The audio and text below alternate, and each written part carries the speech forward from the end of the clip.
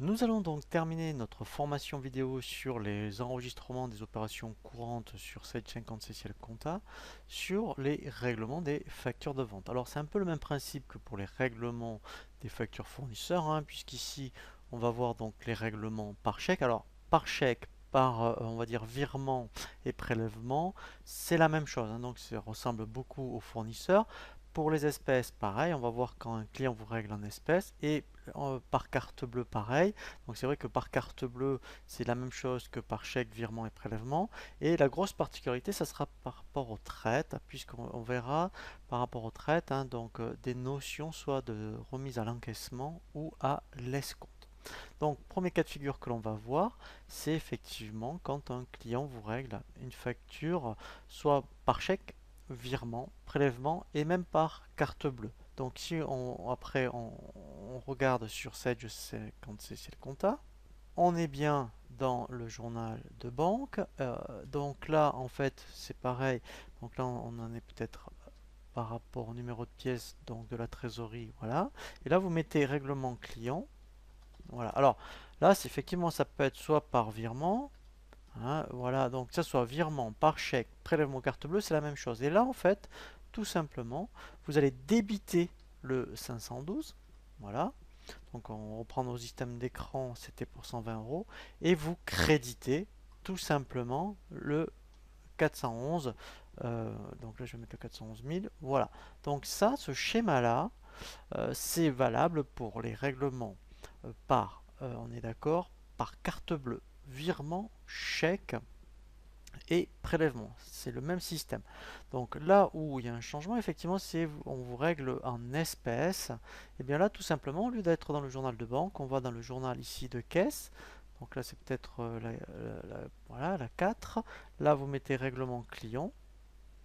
Voilà. Et là, en fait, c'est pareil, on va débiter le 530 000. Voilà, donc là pour 120. Et pareil, on va créditer le 411 000. Voilà, donc là, c'est vrai que pour les clients, c'est plus simple en espèces que pour les fournisseurs. Voilà. Donc après, effectivement, le cas de figure qui est spécifique quand on est pour les clients, c'est pour les traites. Alors on va le voir concrètement déjà par rapport aux factures. Voilà. Donc en fait, ici, vous voyez, vous avez soit un avis de crédit là par rapport aux remises à l'encaissement ou à l'escompte, c'est-à-dire qu'en fait, voilà, en mettant, vous avez fait une facture de vente de 5000 euros. Et donc en fait, il est convenu que par exemple, votre client c'est chèque à 30 jours. On arrive à l'échéance, donc vous allez remettre la traite à l'encaissement. Donc en fait, votre banque va vous prélever des frais donc de 10 euros et il y aura un peu de TVA sur les 10 euros. Donc du coup, vous en net, vous aurez 4988 euros. Donc on va voir déjà ce premier cas de figure et après on verra quand vous anticipez l'encaissement, on dit qu'on les remet à l'escompte et vous verrez ce qui se passe. Donc première chose, en fait, on va voir la saisie ici, en fait, par rapport donc aux remises à l'encaissement. On est dans le journal de banque, voilà. Donc c'est la pièce trésorerie de la 30. Et là, vous mettez remise, traite, encaissement. Voilà. Donc, en fait, ce qui va se passer, c'est que votre client, en fait, c'était 5000 euros. Donc, quoi qu'il arrive, votre client, puisque pour lui, c'est transparent, en fait, vous allez, en fait, le débiter. Votre client, vous allez le débiter de 5000 euros. Ça ne change pas. Par contre, vous avez des frais bancaires. Voilà, donc c'était les commissions. Donc là, ça sera un 627. Voilà, service bancaire. Et là, par contre, pour vous, c'est 10 euros. Voilà, vous avez la TVA. Alors là, ça sera de la TVA déductible. Voilà. Donc on va aller chercher le TVA déductible. Voilà, de 2 euros. Et après, effectivement, eh bien là, en fait, ce qui va réellement rentrer en banque, en fait, c'est 5000 euros moins les frais, voilà, de 12 euros. Donc là, en fait, vous, en banque, vous allez réellement encaisser, en fait, et ici le solde. Voilà, donc ça correspond bien à l'avis de crédit que vous avez reçu. Voilà, donc c'est un peu particulier lorsque donc bien vous mettez d'accord avec votre client pour payer par traite, même si elle arrive à échéance, vous aurez des frais et il faudra le saisir comme ça. Donc ça c'est quand tout va bien, vous le remettez à échéance. Si vous voulez là anticiper, je dirais, l'encaissement, on dit qu'on les remet en l'escompte. Donc là, il y a des frais supplémentaires. Donc là, je l'efface. Donc en fait, on va voir l'avis de crédit déjà. Voilà.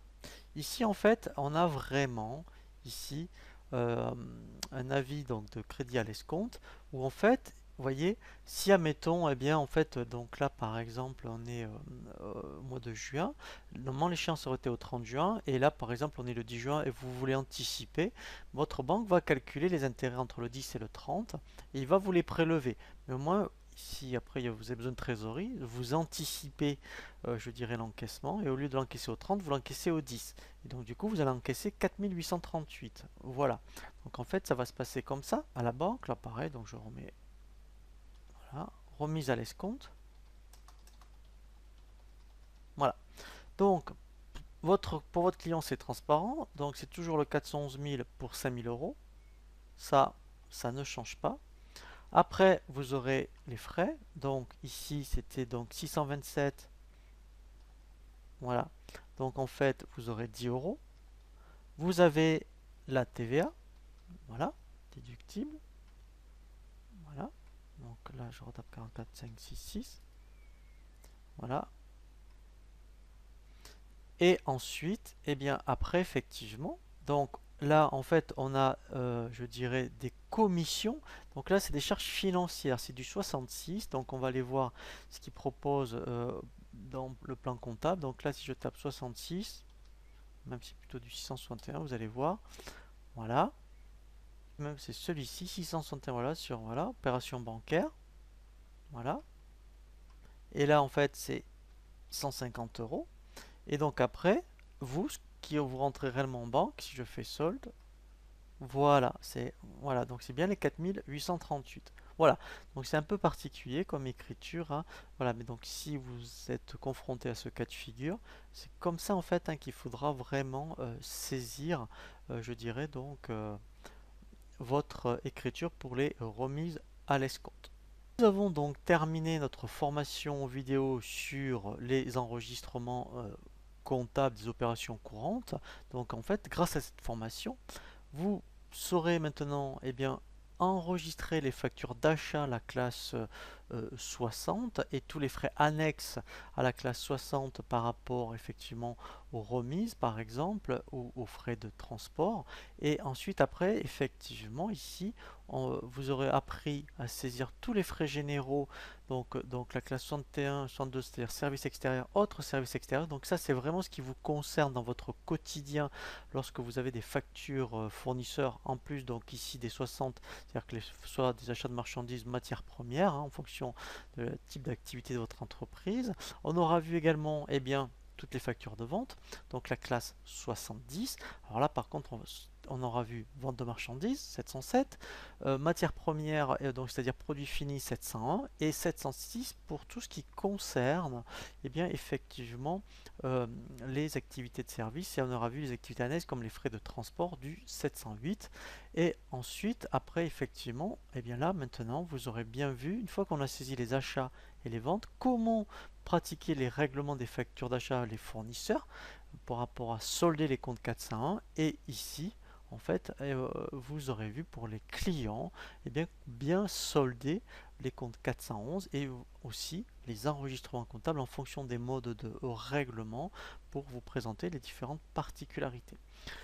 Je vous dis à très bientôt sur jeanpierrevillatte.com pour une nouvelle formation vidéo